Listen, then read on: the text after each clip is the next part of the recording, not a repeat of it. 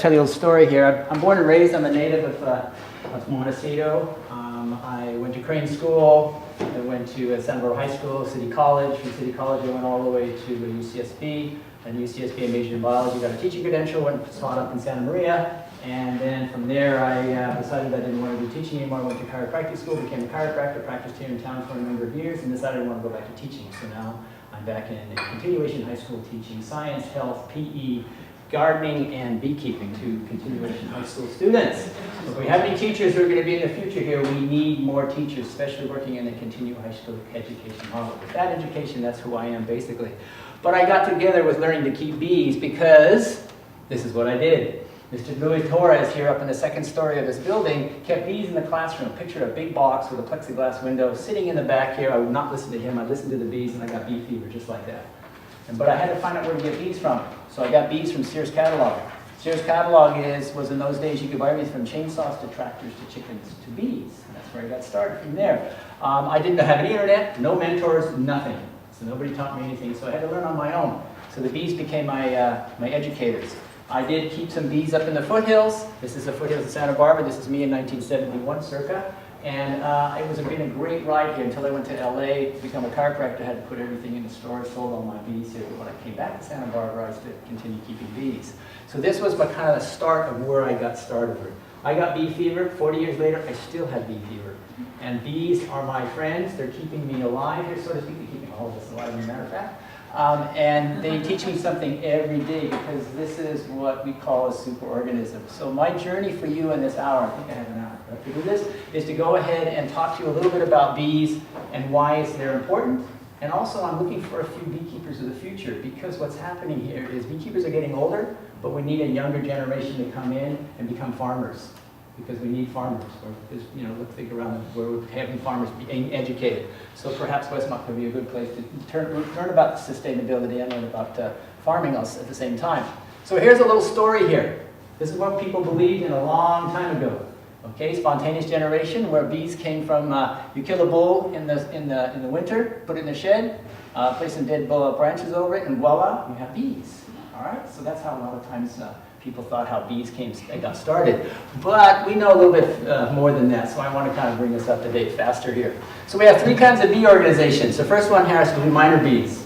And if you go around some of the trails here, you might see single bees coming out of trails. All right? We also have the bumblebees, which are social insects. There's only 100 or 200 of those. The second thing is, this is the last one here, which is the honeybee, a highly organized social creature that has gotten together and figured out how to put 60,000 insects in one box in an organization, and they all work together for the good of the hive. No sit-down strikes, no movements and things like that. They know how to get it, and they've been on the planet for about 14 million years, which is really kind of interesting when you think about it. These insects have got things figured out. So a lot of times my mind goes, when I'm starting to think about human species, we've been around for 200,000 years plus, that these creatures have got a way farther head start than us, and they have got it way well organized. So I hope I can kind of patch that message in a little bit about what we're doing with the bees. So a little anatomy that goes with this. One of the things about bees, when you start teaching about bees, and especially with children, bringing bees into the children environment, you notice that these creatures have three body parts: head, thorax, and abdomen. All right? They also have two sets of body wings. They also have some antennae. That's how they communicate. But the cool thing is their eyes. They have two sets of eyes, some big eyes for navigation, and then some simple eyes for what happens when they deal with light. So if I was to let a beehive go in this classroom, okay, probably some of you would exit really quickly because you're afraid of bees, and that's okay. But the bees would go for the lights. They would just hang out. That's because they're sun creatures. They go for the lights. So as a result of that, when the bees are getting up in the morning, they come and get out of the hive. They go, oh, where do I got to go here? And they just go ahead and move out quickly towards the light. Okay, people who leave lights on porches and things like that, the bees will go to those lights here and sometimes will fly erratically around that. They have 6 legs, and if you notice the legs here, they're kind of the same body parts as we do. Okay, they have 6 of them, which makes them an insect, but they also have that famous thing in the backside, which is called a stinger. All right, which is really the interesting type of structure, which we'll talk about in a second here. But these creatures are a flying machine here, well adapted to what they do in the environment. Okay, they can carry their own weight, they can fly up to 2 miles, maybe up to 6 sometimes. They have an incredible sensory perception. They've been using bees, for example, to locate TNT, which is dynamite, in landmines. They can train them to do that.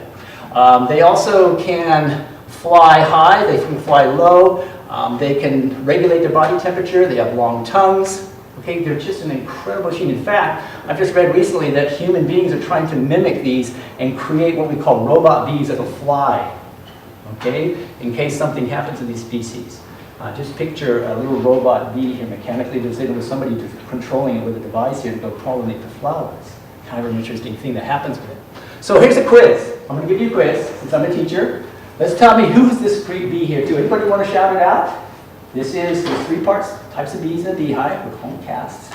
This is the main bee. Worker bee, thank you. Worker bees. Okay, male or female? Male. Male or female? Female. All right, good. We got it. Okay, female. This is a feminine society. All right, start thinking a little bit about it. Males, females, okay? So there's a worker bee. Why are they called worker bees? Because they do all the work. They do all the work, basically. All right, who's this? The queen, right? Okay, the queen, you can tell she is way bigger. Why is she bigger? Because she has been mated, and she carries all of her sperm and eggs inside that abdomen for her whole life, for 2 to 4 years. So that's the queen. The last one, can you see the difference here? This is and we use the word king bee, also known as a drone. Drone is a very derogatory term, by the way, because it means lazy, good-for-nothing body. But at the same time, it also is used as basically a playboy, because that's all this bee goes around. He's looking for queens to mate with, and then they die after they mate. All right? She mates with 15 of them, they die, and then and if they don't die, the privilege of dying after mating with a queen, they get kicked out of the hive at the end of the season, which is going on right about now. If I go into hives, there's no drones, they've been kicked out of the hive because they are figured out as a detriment to the society. But they have big eyes to find out where the queen is. And we do have some queen areas around here, especially towards this part of the campus, where the drones will fly into it, they'll just hang out for the day. And then the queen will fly in and mate. And then she'll leave the area and go back to her hive. They call them DGA, drone congregational areas. And that's the 3 that we have here. Wonderful society. 60,000 bees, maybe in a high site, 1 queen, and maybe up to 100 or 200 drones. Okay? So here's what a worker looks like in kind of a complex situation. She is a wonderful machine. She is a feeder. She collects nectar. She has ability to communicate and organize the hive. She also produces the wax. The wax comes from, we call them 6-packs in the front of the bee here, and they're like little tiny dandruffs. And they're a fatty tissue. They're a lipid tissue, such that when they exude it, they take it and they just mold it with their mouth, and then they start to make the wonderful 6-sided honeycomb in the dark. Absolutely no plans or anything, and they've been doing that for 14 million years plus. All right, kind of an interesting way to do that. They also can carry the pollen. Now, pollen is their protein. It's like the steak, so to speak, the meat protein, plant protein, whatever you want to call it. And the pollen, as you will know here, remember in some of your botany, is basically the male sperm that they carry from one plant to the other to be able to fertilize it. Well, they figured out how to process that and to create some goodness from it, and they use that quite heavily in their product. The last one here, too, take a look at that stinger, okay? It's a barbed stinger. In other words, when it goes in, it won't really come out. So what happens is when a bee stings you, basically their whole abdomen part gets ripped out. And of course, what happens? When they sting you, they die. Okay? So a bee's not going to do it on purpose, by the way. You have to invoke it pretty good to make that happen. So this wonderful creature here has the ability to do a lot of good things here for the hive, but the main thing it does here is it can defend the hive, it can get pollen from the hive, it can grab water. It's a wonderful, wonderful flying machine, as well as a wonderful creature when you start to learn a little bit about it. The queen, on the other hand, has no wax glands. She has no ability to collect pollen. She's basically housebound, stays inside the colony. She can't feed herself because she has too short of a tongue. She has to be fed. But she has a really interesting stinger. That's a smooth stinger, like a stiletto, all right? Which means that when you put 2 queens together, they will fight to the death, like a gladiator does. And the first one that gets that stinger in and pulls it back out, the other one dies, they get rid of the body here, she becomes the ruler of the colony. That's how the insect world works. It's to basically fight it out each other. The last one is the drone. He has no stinger, no pollen collector on his ability, can't produce any wax. His sole purpose is to mate with the queens. But he's a very important purpose because a lot of genetics depends on this creature. Okay, in a sense here.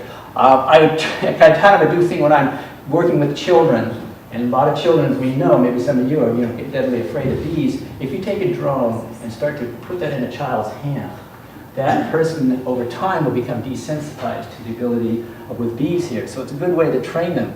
The other thing we used to do, kind of ironically, is when we were younger, is you could take a human hair, tie it around the drone's neck, and kind of fly it like a kite. Back and forth here too. So that was kind of a fun way to kind of do with drones, much like those lizard catchers.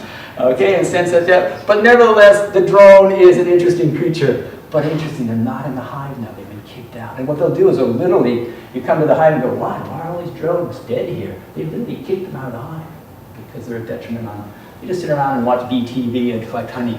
Eat the honey here, basically. So that's the three: worker, drone, and queen bee. So let's go over a few little activities of what bees do here, so you get more of an appreciation. We're done with the anatomy here too, kind of like who's on the cast and all that. So this is probably what we most know about bees, is the food gathering. Plants can't move around, so they've been able to bribe these insects to come and do the work for them. And they give it a sweet substance called nectar. Nectar is about 80% water to sugar, lots of different sugars, things like that. So the bee has this wonderful ability to go in and just slurp it up through a proboscis, store it in something called a honey stomach, and then take it back to the hive and regurgitate it to the group here. So they do that too. In the meantime, what they do is they collect pollen.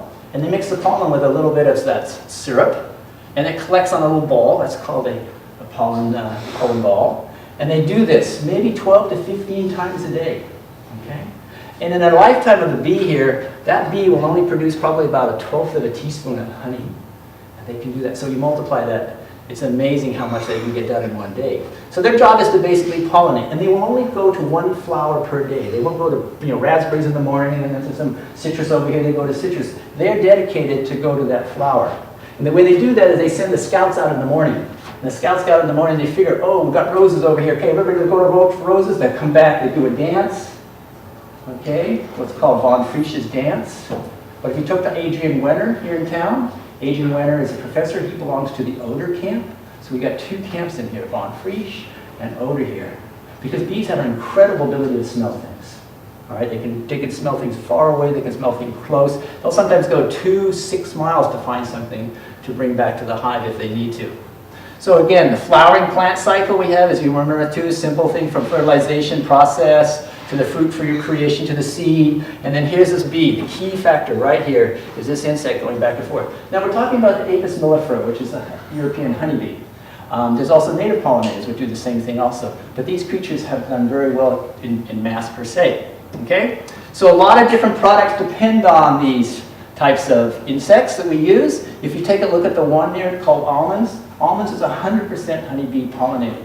In fact, right now in California, they're bringing in loads of beehives from around parts of the United States. And they're going to stage them up and down the coast here for the next pollination of almonds, which will come in February, but they're getting a head start on it. Because last year they trucked in something like over 1 million beehives to pollinate the almonds because this is such a big, huge business. We'll also do apples. Blueberries are up in different parts of the world. They come to. So beekeepers will migrate their bees from one place to another. They put them on these big semis. They move them different parts of the United States, and they're always on the road. So bees are being trucked. Okay. Basically, this is farming. This is commercial farming too, for the sense of what they're doing. But we also have urban farming too, which we'll talk about later. They do things like cotton and grapes. But the big ones are the apples and almonds and the blueberries and peaches are very well pollinated by honeybees. So here's my question, which plate do you want? All right? Because honeybees play that important situation, whereas if we didn't have honeybees, we wouldn't have any of the alfalfa, we wouldn't have any of the jams, we wouldn't have any of the fruits. We'd basically be stuck with things like leaves and roots. All right? And they have a great one here. If you go to the Whole Foods site, you can also happen when you take a picture of a Whole Foods produce section with the beehives, pollination, and without. It's kind of interesting how that happens here. But this is a classic example. People think about milk. What's milk got to do with this? Well, it's the alfalfa that basically does the cows. Okay? So this is what the importance is, okay, with our food industry. 1 in 3 bites of food that we eat are pollinated by an insect. Okay? Mostly honeybees in a sense. Okay? So when the bee comes back in with some nectar, it will fly in, goes immediately to another kind of bee here. We have division of labor here. We have a storage bee, this bee that offloads the nectar to another bee. That bee then carries it around in its honey stomach. Certain processes take place, and then it regurgitates it into the cell. So we can think of bees, basically honey as bee vomit. Oh, I'm sorry, didn't want to say that, but that's what some people think about it here in a sense. Then they'll go back out again, get another load, come back in, they'll go back and forth until darkness, setting up that situation, and literally they'll fly themselves to death once they're out in the field. So a bee basically lives 4 to 6 weeks. Okay, queens live 1 to 2 weeks, drones live a season, that's it. Okay? But here's the fascinating thing that happens with bees when you put them into a box, or even they get into a house or something like that. They will grow their house from the top down in perfect darkness, putting together these sheets of things called honeycombs in the perfect shape of a small teardrop to these larger sheets. And they will have them as huge as you can. I've seen some of the hives here just almost as tall as I am, holding 60,000 insects. And it's a hexagonal shape, so it holds an incredible amount of weight.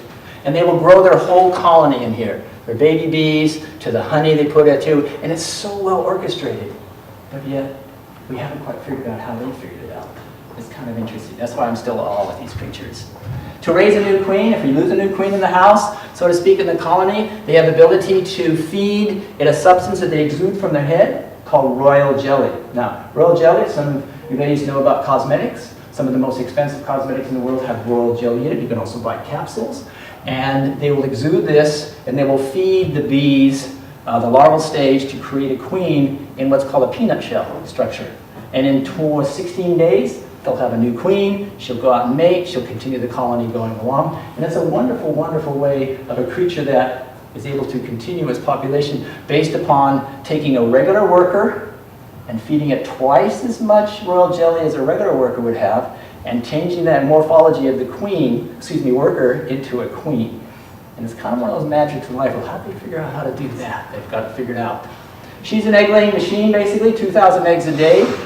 She will have a royal circle around her. She has a mark on here that beekeepers put in so they can find her. They will clip her wings sometimes because they want to make sure she doesn't fly away. And she just goes from one cell to the other, just laying those eggs in a perfectly pattern here, as you'll see later, and then goes from one there. So that's what she's basically trained to do here too, and programmed to do. The bees will then feed her, they'll massage her, they'll check with her, they'll take out her poop. Bees don't defecate in the hive, by the way, because they are sort of want to keep a hospital clean room atmosphere, and they do very well here. They will also manage her.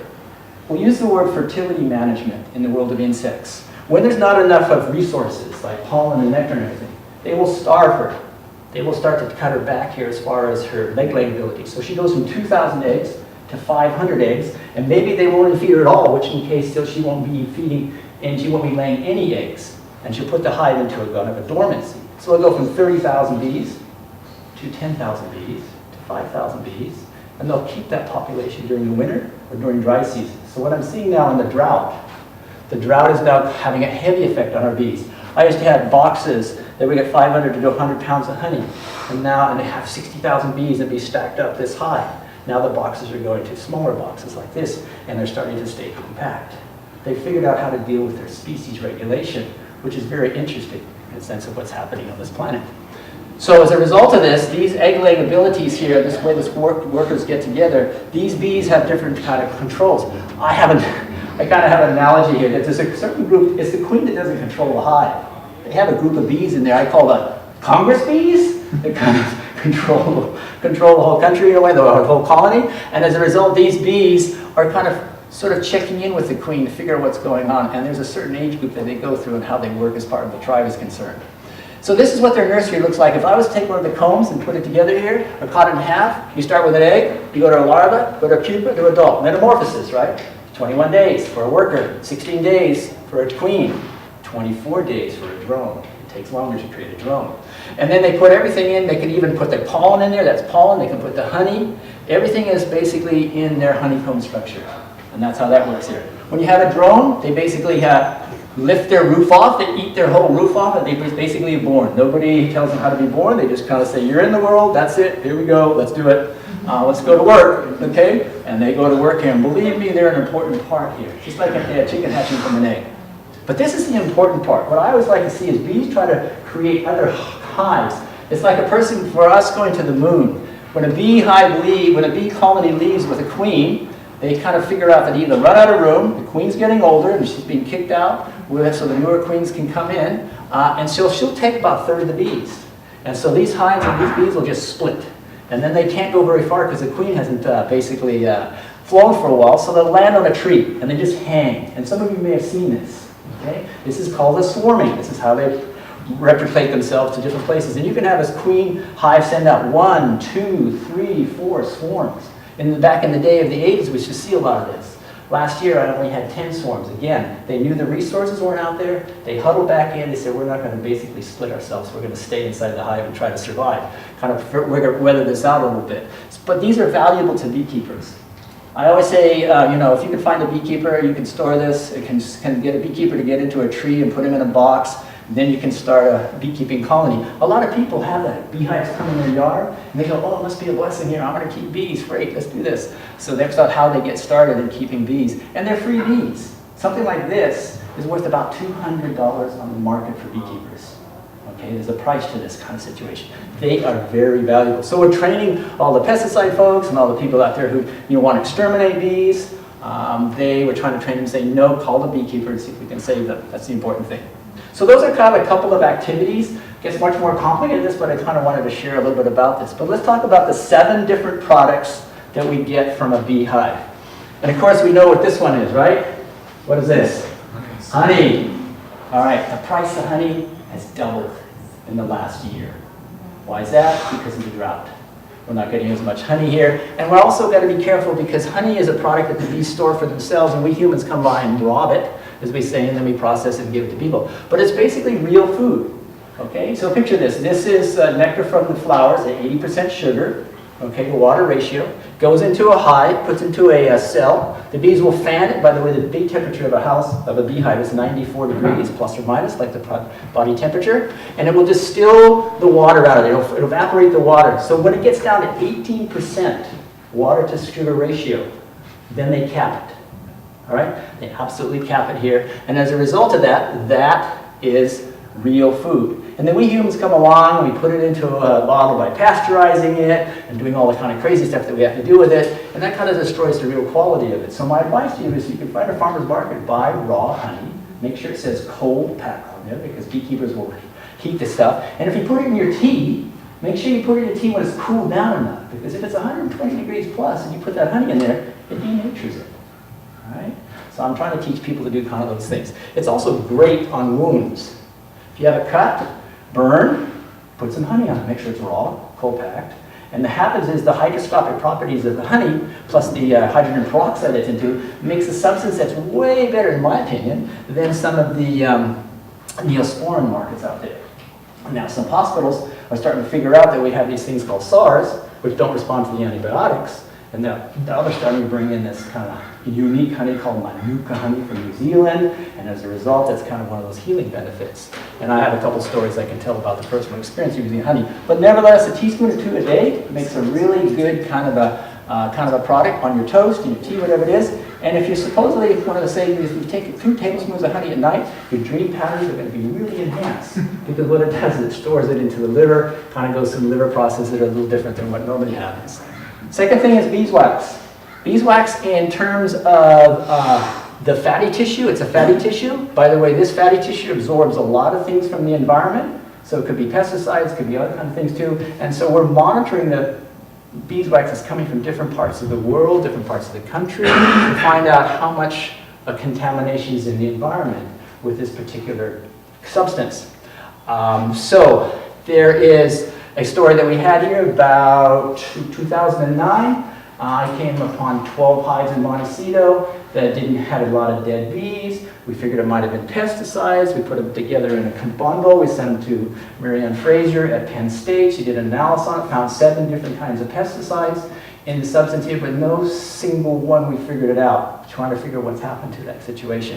So that was kind of like one of those things like, ooh, indicator species, bees, canaries in the mine here. We have to start working with them a little bit. But beeswax, nevertheless, is an interesting substance because you can do a lot of different things from it. You can put it into lip balms, you can put it into shampoos, you can put it into shirt polishing, things like that. And plus, a lot of churches love the beeswax candles because they don't produce that soot from a paraffin wax. that you would have. These are sootless, so there's none of that mark that goes up and down the wall. Pollen. Okay, this is the bee's protein. I got a theory about this I want to kind of share with you. Pollen is, as you know, think of it as being like an egg, and it has a shell around it. Okay, it has to withstand a lot of different kinds of environmental problems. The bees will collect this, they'll bring it back to the hive, but they can't use it in its dry state. We humans intercept it in its dry state by putting a cage in front of the hive. The bees crawl through it. It then brushes off the pollen. They get back inside. They go, whoa, where's my pollen go? And then they get frustrated and go back outside. So the bees then are going back and forth. So we take this, we sell it, we market it, but yet do we have the digestive enzymes to break open that exoskeleton, I'll use that word, to be able to extract the contents inside, much ado with the grain?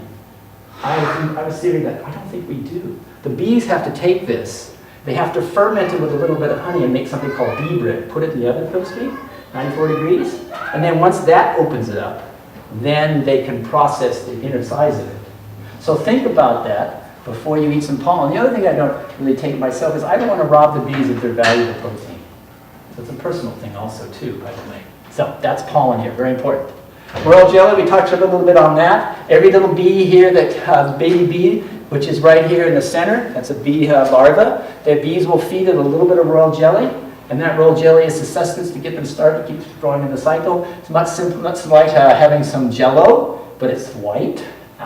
Makes for an interesting kind of situation. We beekeepers can sometimes make these perpetual hives, can create a lot of pollen, a lot of that royal jelly, and we'll come in with a little pipette. We'll take out this out here, we'll dry it out, we'll put it in capsule, we'll sell it, we'll put it in cosmetics. You have to wonder a little bit about what the value of it is too. Can we actually use it, things like that. People say that, I don't look as old as I am because I've taken a lot of royal jelly and smeared it on my face here, so it's been kind of one of those things here too. Wow, kind of look into them what you are. But royal jelly is an interesting part that the bees use to feed the babies. This other stuff is called propolis, looks like chocolate. It is collected from bees, from trees. So picture this. If this is a tree, and we kind of stab the tree with a little bit of thing, much like maple syrup, it will exude a syrup. That syrup is basically the sap. The sap has some sort of antibacterial, antifungal properties which won't allow any diseases to get into the tree. The bees have figured out that if they take that propolis and they bring it into the hive and smear it all over their hive like the hospital clean room, like a painting the wall, its antibacterial, antifungal will keep a lot of diseases out, which come in when they come in here like that. So human beings have figured it out. If we take this propolis, we put it in zinc and propolis lozenges, and you eat this. It's a homeopathic remedy, which will help with sore throats and other things. You can use it for tinctures and different kinds of things like this. A lot of countries in the world, instead of having different things like this, will use the bee products to cure a lot of maladies. The other one is bee venom. We collect bee venom to desensitize people who are highly sensitized by basically what happens is you put a plate glass with electrical current going back and forth, and the bees will come in. They will basically get zapped a little bit. When they get zapped, it triggers a little bit of venom to be placed on the plate. It dries. They will scrape it like powdered sugar. They'll put it into a syringe, and then by titration methods, they will desensitize the person. So if you have suffering from anaphylactic shock, anaphylaxis, and you want to continue to be a beekeeper, you can actually be desensitized to where it'll increase it to. I get stung every day, so I'm basically getting a form of apitherapy. Apitherapy is a way of using bee products, including bee venom, to stay, healthy in a sense, or should we say cure different maladies like osteoarthritis, osteoarthritis, and sometimes they've been doing some studies on MS to show that the effects of bee venom can actually be beneficial for some people in terms of certain types of diseases here. But this also creates a lot of problems for the beehive because when you sting bees, as you know, they let this kill factor go out saying, here's the place to go sting, and then all their friends will go and sting you. So this beekeeper is basically ticked them off so much that he is literally being kind of swarmed, so to speak, with that. So it's a very brutal kind of situation, so we try not to recommend it too. And I don't know too many people who do this except in different places of the world. But the last one is sustainability, and we talked about food. How about this new movement now? Food, insects for food, right? Crickets, locusts, all right? How about bee protein or bee brood? Take some brood, and the only way to get it is by just picking them out with a toothpick and then putting them into a plate, sauteing them with a little bit of garlic. You can fry them with some oil, cover them with flour, and you have actually quite a delectable type of substance here, basically. Also, a lot of times when we destroy a hive, we don't want to do this kind of process. We'll give them to our chickens. The chickens will love this, and they will actually go and just have a great time picking out the larvae. But this is a future that we have with the idea of using bees for foods. So that is, and oh, well, the other one was we used to have chocolate-covered bees, chocolate-covered ants, chocolate-covered locusts. I've actually kind of crunchy here. So these are the 7 things that we have with bees, basically, okay, with the food and the process of how that works. So let's move a little bit farther into the year 2006, when this gentleman here, Dave Hackenberg, decided that he came to his beehives and he realized that when he opened them up, there were no bees there. They had all gone. So he termed it to colony collapse disease. And if you really want to see a more in-depth sort of study on this, Netflix, a program called Vanishing of the Bees. This talks a little bit about this whole process here of what's taking place with the bees. And as I said here, they're kind of like the indicators, because what happens when you open a beehive? Nobody's home. They're gone. No worker bees, nothing. They're just kind of like taken off. What's happened here? So for a while, it got to be kind of a process that we wondered what happened. They left behind the brood. There was plenty of honey. The interesting thing, there was no robbing. It's like somebody had just stepped out of and abandoned it. Kind of like the Mayans and the Incas in some place, just kind of like a space station that's just left out there, so to speak. No queen, no workers, and no drones in the hive. So they're going, what's going on here? What's happening? You know, colony collapse disease, they changed it to a disorder because they found out it's more of a disorder than a disease. So here's an example of what happened back in 2007. We've lost a lot of bees in different parts here. The numbers now are coming in at 44% from last year. Still kind of high for bees in farming situations. If we had a national catastrophe with cows and chickens and other kind of livestock, there'd be a big uproar. But somehow beekeepers, they don't really kind of get on the map here until now. Now we're starting to figure out what's going on basically at this particular point. So I like this cartoon because it's kind of sort of a way of depicting what took place with some of the theories as to what colony collapse was all about. And you can go everything from GM plants to the Zeus over here, to the aliens, to cell phone towers, to different kinds of things that are happening in the research world. It sort of throws it together in a kind of an interesting kind of a model of what's taking place. But there are a couple of theories that are coming out here. The aliens, the cell phones, the varroa mites, the parasites and GMOs, yeah, maybe that could be part of it too. The chemicals, we know about neonicotinoids. It's a kind of thing that's big in the news nowadays. There are viruses into a hive, 20 different kind of viruses invade a hive sometimes. Definitely poor nutrition is happening now in Santa Barbara and other parts of the world. A little bit about climate change now with bees. We could talk about that here. One of the other things is trucking bees for long distances. Bees don't like being stuck in a truck for 3 days. Not having to go to the bathroom for 3 days. That's kind of a hard thing these days. And there's also something maybe about BA, especially with dealing with viruses. You see this creature called the varroa mite. Picture this. A varroa mite's like a flea that sits on the back of the bee, kind of hijacks it back and forth, and it goes into the cell. It creates its lifestyle by basically hijacking a baby bee in there and living its lifestyle off of that. And then it hatches out of the hive, and then it goes to another hive, goes to another hive too. And by the time it gets its population up to a high point, it's barely parasitized the whole thing, so the hive just kind of just drops, it just kind of stresses out. So this is where beekeepers now are really having a problem, is with the varroa mites. Back in the 80s, we had bacterial infections. One was called American foul brood. I had my first case of it a couple months ago, which I had to set off to the USDA, came back positive, and that was a really disastrous, because that basically took out down a lot of hives, because it was such a powerful bacterial disease that we had to burn the hives to get rid of it. This creature is also proving pretty versatile too to do this. But what the beekeepers are figuring out nowadays is to get the bees off we either have to train bees to clean themselves, or we have to put powdered sugar in there, maybe some chemicals, to just target the varroa mite, but not the honeybees. Really difficult to hit the fingers to. So beekeepers now are coming into the forefront because now they're realizing that, we better keep these bee creatures alive. This varroa mite's going to kind of become a problem. We better start throwing some money this way. So now, fortunately, we're getting some people to sort of fund some studies that are happening. In fact, I saw one the other day, just came through. It's called the Bee Gate. Picture this. Bayer's the company, because they make some chemicals. All right? And what it is a bee will squeeze through this gate. When it squeezes through the gate, it's carrying a varroa mite.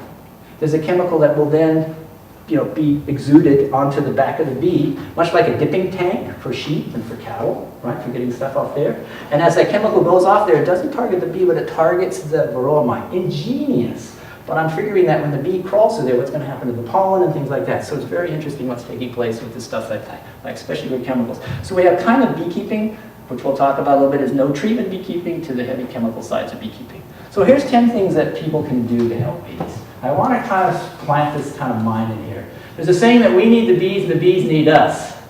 Which way you want to go here? You want to go, the bees need us, or do we need them more than us? I think it's the way around. We need them more than us, and so to speak. So the big thing here is we're starting to look about how can we get people educated to be off the pesticide, treadmill. I always use the can of ray kind of these. Oh, it's an insect. Boom, sprays are gone. No, there's got to be better ways to do that. We have to be what we call not ego human beings trying to control everything. We need to be eco-human beings. Where we fit in this part of this interconnectedness. The other thing is trying to teach people to go wild. Get rid of the lawns, throw stuff in the tube, turn your gardens into sustainable gardens here, low water of course here, stay wild, because that's where the bees are going to do. So I took out my lawn in my house. I now have what's called a bee-friendly yard, putting in things like rosemary, lavenders, all this good kind of stuff here too. So now the whole place is like an insectary. And if you go to Lotusland, which is just down the way from here, they have spent a lot of money. They've stripped out their whole insectary, and they put in this brand new insectary kind of situation. And the amount of insects that have just kind of boom, it's just amazing. And I've noticed that with my yard. I just watch it. We also have birds and things like that. So I call this, the little sign on there that says this is a pollinator-friendly yard. And it's amazing, the hummingbirds, just the amount of the biodiversity in somebody's yard. So that's going to be the key to the sustainability of these creatures, which is going to be providing their food source, which is in the form of tiny plots, even if it's just a potted plant on somebody's porch, is going to be amazing to kind of keep these creatures. We got to provide food for them to keep them going. And that's what we talk about. Number 3 is biodiversity. Increasing their biodiversity, staying away from these things that demon seeds we call them, which is basically taking the seeds, putting the neonics on it to keep the fungus off, and then plant those in the ground. Creates a problem for bees. We have some hidden killers sometimes where they come from. It could be anywhere. Big thing about bees, they need water. Okay? Swimming pools kind of a problem sometimes because the bees will come in and they can't quite, they think they can get the water and then they drown in there and they can't get out. So now we're recommending bird baths. Bird baths are great. The more in water, the better. The bees will crawl down, get their water, go back. Because if a hive gets over 100 degrees, they're not going to survive. They're going to basically cook to death. So they bring the water in, they put it in different places of the property of the hive, and then they fan it from the entrance. So it's got this huge swamp cooler effect. And the bees keep the temperature at 94 degrees, even though it's 100 degrees outside. Okay, that's why we need water sources for them. I like this one, bee guerrilla gardeners. You know about people that like down in Los Angeles are putting seeds along the center folders and things like that. They're going out there with these clay bombs and things like that. It's kind of a good way to do that. Native bees also are important. If you don't want to keep honeybees, you can do blue orchard bees. They have cute homes for those. Some farmers now are using them as part of their pollinator situation. We want to give them a chance because they're one of our important creatures. And the other thing is to support a local beekeeper and a beekeeping association such as mine here at Santa Barbara Beekeeping Association, because this is what it's all about. It is teaching people. This is why I'm here on the campus. Okay, because we need to spread the word about how to become a beekeeper, how to learn about keeping, how to appreciate bees, because it's a skill that you can carry for the rest of your life. All right? And you can also get paid for doing it too. You got a beehive in somebody's house here, as long as you have a contractor's license to remove them. There's ways of removing bees from houses very humanely. There's also ways of raising bees on people's properties, and they'll actually do the trade for honey and things like that. You can get you paid for that kind of stuff too. And so that works. So the art of beekeeping is called apiculture. I'm actually an apiculturist, okay, even though they call it a beekeeper. Sometimes I'm a bee-haver, which means I just kind of watch the beehive, because that kind of works. So what I'd like to do right now is I'd like to kind of lead you through, if some of you got that, oh, I want to keep bees, this is the life of a beekeeper, okay? So here we go. So what we do with the life of a beekeeper is you have to have a little bit of equipment. And so the equipment is a box. All right, this is my equipment here, and I'll use this over here. A box, a jacket, some gloves, and this famous piece of equipment called a smoker. So, it's very easy. You just take this jacket, and you notice this gentleman over here, he's got it over his face.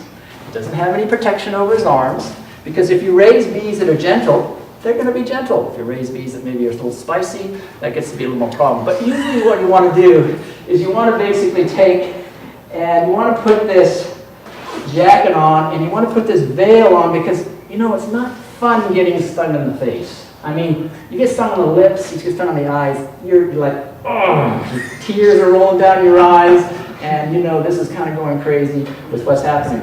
What I try to teach with children is if you ever have a bee coming around you, don't ever swat the bee. Just put your head down, because they go for the eyes, by the way, because that little glare from the sclera on the eyeball, and you just walk away slowly. Now, it's hard to teach people how to do this. It's like, they're in my hair, blah, blah, blah, they're running like crazy. Sit still, put your head down, walk away slowly. That's the kind of little things to do. But we try to do this here, and you also want to make sure that you zip up the hood, because sometimes a bee will get in here and go, oh, I got a bee in the hood, excuse me, turn around and go back and do something, get the bee out and come back to work here. But it does, bees, you know, do get in places. I had one get in my ear one time, couldn't get it out. I had to have my wife pull it out with some tweezers. You know, it's one of those things that you're going to get stung if you keep bees. So that's my first sort of time. Are you okay with getting stung here? So here's my equipment. I take the gloves here, put them on, and let's see if I can find this. Here we go, just a couple gloves here. So now you can see I'm pretty well protected.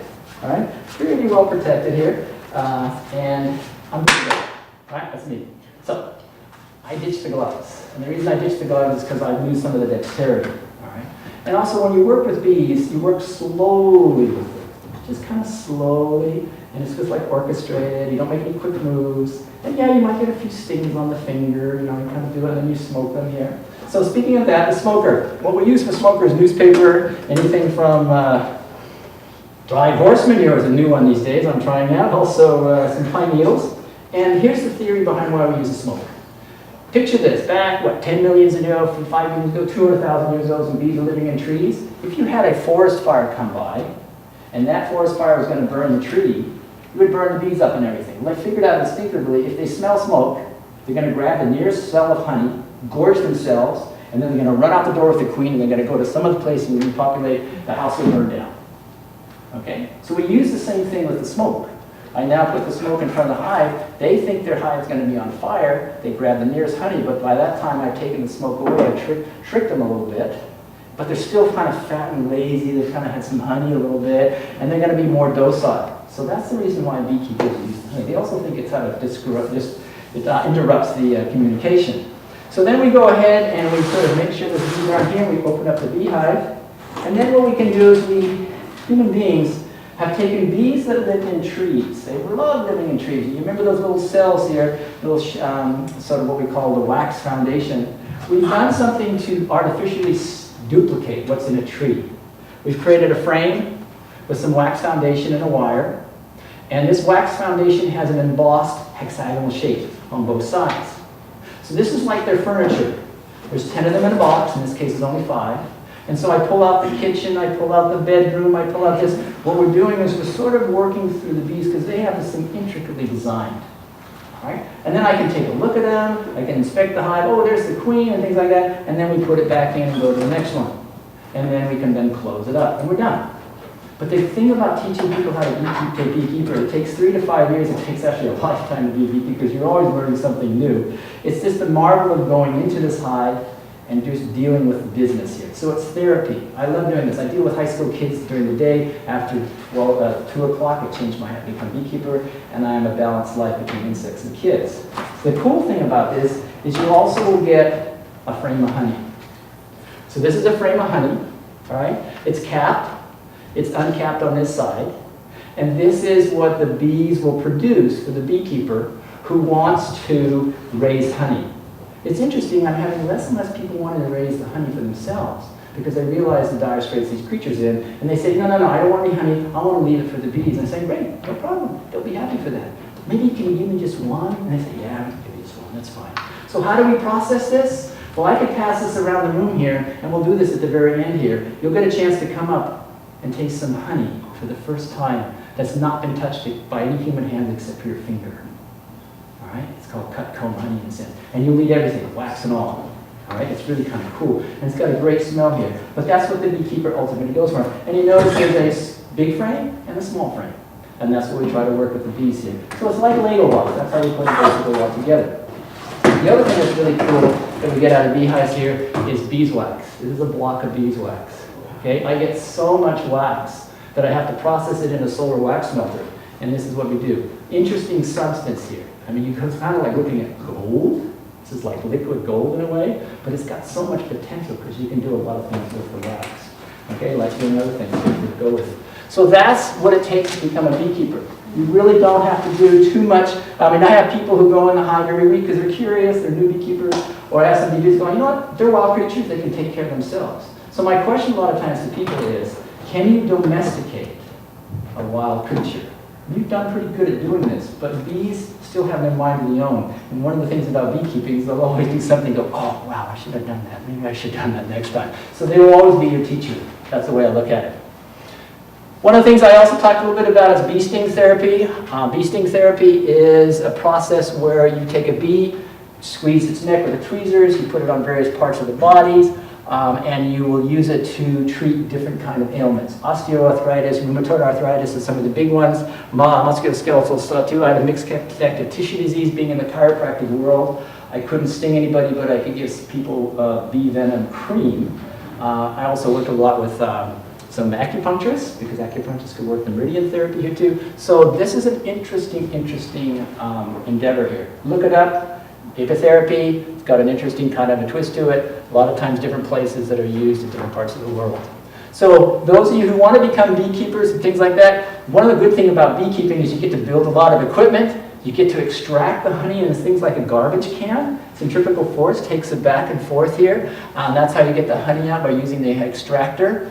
And using the smoke here, we smoke the bees here to kind of keep them calm. Doesn't take too much, just a couple whiffs over there, and they're like, ooh, okay, we're doing okay today. And you also get to a chance of people become beekeepers to save bees by removing them in different places. Things like worm bins, nice and warm, dark, love that. They work well with worms.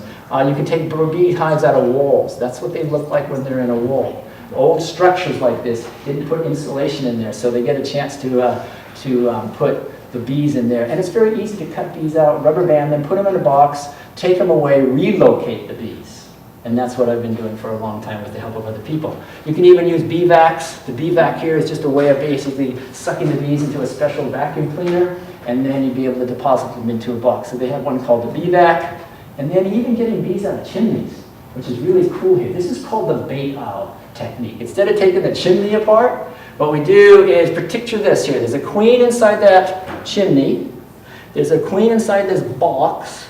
And what I do is I take a funnel and put the funnel over the opening so the bees in the chimney come out the funnel, but they can't go back in. Then they go, oh, there's a queen in this box. Let's go ahead and change queens. They're not loyal to anybody. This queen over here has Chanel number 5 pheromone. It's a pheromone, which is like perfume. This queen in the box has Chanel number 5, 6, or whatever it is. As long as they have a female of a queen with a certain pheromone, they'll be attracted to her. The problem with this, it takes 4 to 6 weeks. It doesn't quite work with some. I got some bees in the tree, got a wedding going on next week, can you come and take the bees? And I say, no, sorry. Why don't you just plaster and just kind of close them up for the wedding, and then we can go ahead and deal with it. But this is called a bait out. This works very well. Been doing it for 40 years. Very well to work with too. I'd like to train more people to do this kind of technique. But instead of getting the terminators to come in, put the poison in there, nuke everything, so it's a big mess here. That kind of stuff doesn't always work here. So, as we fast forward through my career as a beekeeper, I was asked to do a presentation of bees at Fairview Gardens about 5 years ago. And it was on beekeeping. And it was on urban beekeeping. Big buzzword, pun intended. And so we found out there was a lot of people interested in doing this. And then somebody said, why don't we start a nonprofit association? I said, okay, let's go do that. Oh, you can be the president? I said, okay, I'll be the president. And as a result of that, we've been able to create what we call the Santa Barbara Beekeepers Association, helping people help bees. So part of it has to do with education. I was at the Fermentation Festival yesterday, on Sunday, talking about bees with fermentation people here. I've also done rescues. I don't do ladders anymore because I'm too old to go up and down ladders, but bees love to live in owl boxes, so we rescued those. As part of my organization here, and being a high school teacher, I've taught high school students how to be successful beekeepers, so to speak. That meets the interest. Notice the short pants. They do like to go into short, kind of dressed appropriate, but this was them capturing a swarm outside my school. And this is what the whole idea of coming to Westmont was all about, the Sweet Start. Sweet Start, the word says we're starting people to become beekeepers. And then the other thing is hosting beekeeping hives. I have about 40 hives in Montecito on various estates. I have more gate codes than I want to know about. And as a result of that, it helps me kind of spread the word. And it also spreads the bees out, because there's something called carrying capacity. Putting a lot of bees in one place is not exactly the best thing here. You want to spread them out. So the saying in Vanishing of the Bees, the movie, we don't need really one person keeping 60,000 bees. We need 60,000 people keeping one beehive. Okay, which is what we did on Westmont. We started with one beehive. Now we can go to 2 or 3. That works very well. And as a result of that, this is how we're going to be working with the bees. The urban environment is going to become a very important part. Think about New York. New York has passed a law that says you can have bees. So where are they putting bees? On the top of skyscrapers. Where are they going? Central Park. Do they spray poison in Central Park? No, they don't, do they? So there's going to be a good place for bees here. It's a non-pollutant environment. So the other thing that we're doing also is we're doing apiary meetups. I teach classes at La Casa de Maria. I do advanced classes. We have someone who does a beginning bee classes. And an apiary meetup is what I'm going to be doing here at Westmont. If any of you want to come to one of those that we'll be hosting here, I've got all the equipment. You can put a hive on, a suit on and everything. We can open up some bees and we can play with the bees here. Now, you won't generally get stung, and we try to avoid that, but sometimes that will happen in a sense also. If you want to get started in reading about bees, there's lots of stuff on YouTube. YouTube is a great place. And there's also a lot of books here. These are the 3 that I recommend here. We have a different kind of ecosystem here in the Central Coast. That's why Beekeeping in Coastal California has got its own little book. Jeremy Rose has written a book here that's really good because it has a lot of flower plants also in there. Oh, by the way, when you're a beekeeper, you become a botanist really quickly, because you're going around, oh, that plant's, oh, it's got bees on there? Oh yeah, that plant's got bees on there too. Another one is Michael Bush here. He's starting to keep beekeeping naturally when no chemicals are in the hive at all. Beekeepers, unfortunately, are their worst enemies. They will sometimes put some nasty chemicals in there. But we now have thanks to UC Davis here, we have one of the professors up there is teaching beekeepers what they call intervention triangle, where you have no treatment all the way to the organophosphates and everything in between, like formic acid, which is a natural organic. Also, there's another one called oxalic acid, also found organically. So we're trying to figure out formulations that we can put in hives that don't damage the food, don't hurt the bees, but then deal with the varroa mite. Kind of an interesting thing, including powdered sugar. Famous one here called Beekeeping for Dummies. That's just a standard reference. So but these 3 here are kind of where you can learn more information about bees. So with that, I'd kind of like to kind of throw this out here. This is really kind of a new era where I've been able to now come into the educational system and start to teach people about beekeeping. Because this is where the movement's going to go here, is when we can work with the colleges, the high schools, so that we can teach what I call the next generation about beekeeping. Because it's all about farming, okay? Even if it's you're farming for a large scale, or even if you're farming for your own self in your own backyard. Because everybody's moving towards the chickens, the goats, and now bees in the backyard, so that we can be self-sustainable for our own right, but also being able to produce enough to share with other people. And that's where I kind of like, wow, this is what it's all about, and basically with what takes place. So with that, I'm going to have a little bit of a question and answer session, but I always show my little sign here too, be well and be happy. This is what it's all about, because as I teach, and I've learned from the healthcare field, is your health is your wealth. And bees can be a really important part of that. So with that, thank you very much for letting me present here.